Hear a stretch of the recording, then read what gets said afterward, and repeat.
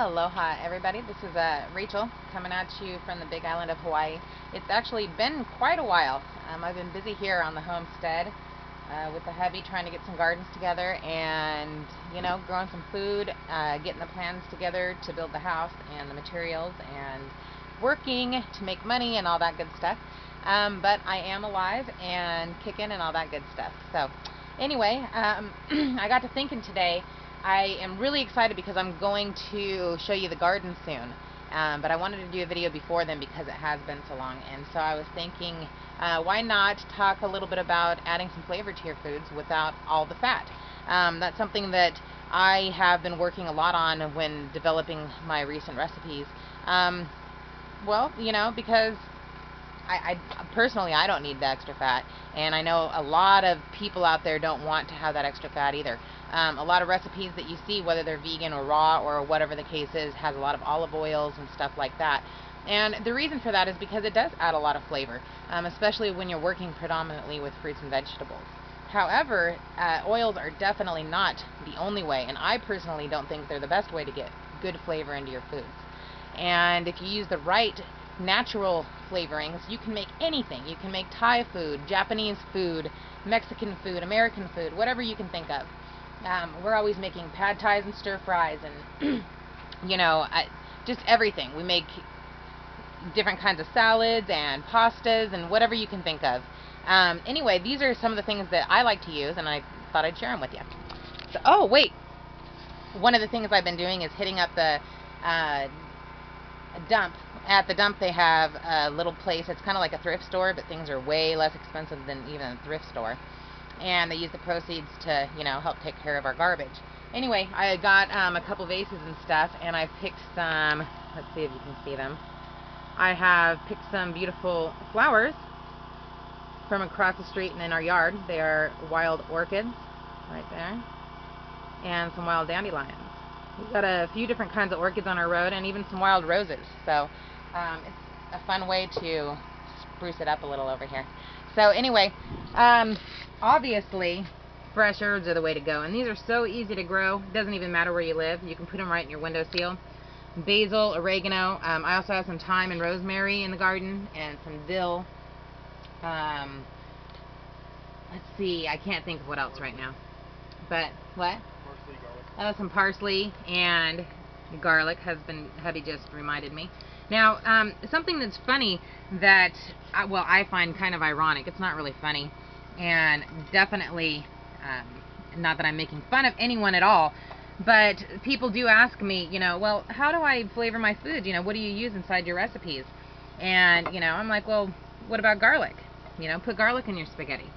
They want to make a vegan spaghetti, but they're afraid that without the meat or the oil, it's not going to taste well. You know, put some garlic and put some herbs to start with. You know, don't forget about, you can put a little bit of red pepper flakes or chipotle peppers, which we love here. Just a little bit of that, add some beautiful smoke to it. And, you know, people are like, wow, I never thought of garlic. And so, you know, it really is that simple. Sun-dried tomatoes I've got here.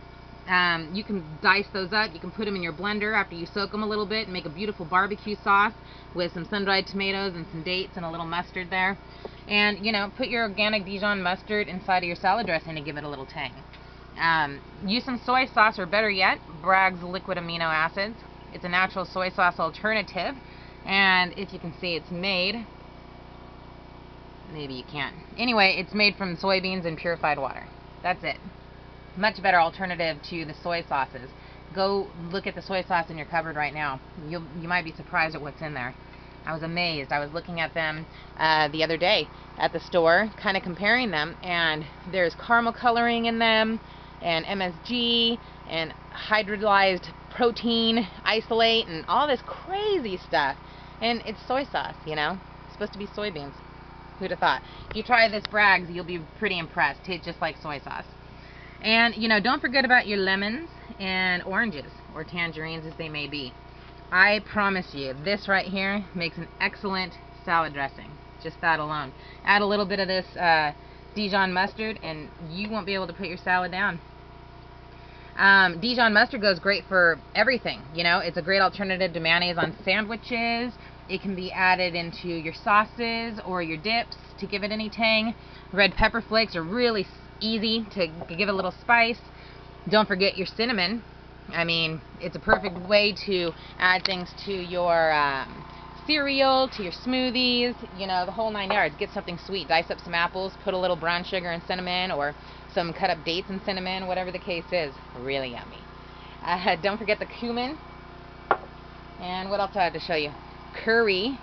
There's a lot of different curry powders on the market, so make sure you try a few. If you don't like one, try a few more. I did not used to like curry, but after I tried a couple kinds, one of my favorites are the red kind. I just love the stuff now, and you need just a little bit, and it'll totally change the flavor of your vegetable dish or whatever you're making. And then if you're into seafood, one of the coolest things you can use is some dulse, which are, I don't know if you can see in here, but they're just little flakes. And little dulse flakes, you can add a little bit into, you know, whatever it is. I like to food process some sunflower seeds and a little bit of garlic and some fresh herbs, throw in some dulse, and bam, it's kind of like a tuna pate. Put it right between some romaine leaves, or even put it on some sprouted bread or whatever the case is, and delicious. So yeah, that's it. Just a few simple ideas of, you know, some things you might want to grab from the store if you don't have them, and play around with them. You might be surprised. You can I don't have any oil in the house at all right now because I don't need it. So it's a great way to get rid of hundreds of calories each and every day without even thinking about it. Anyway, I will be back very shortly. We are recycling some tires and some dirt and stuff like that from down the street. I want to show you what we're doing with it in our garden, and so look for that probably within the next week. I'll have to do the video and actually get to high-speed internet to get it to you. So talk to you soon, and enjoy your gardens. It's summertime, so you better have one. Aloha.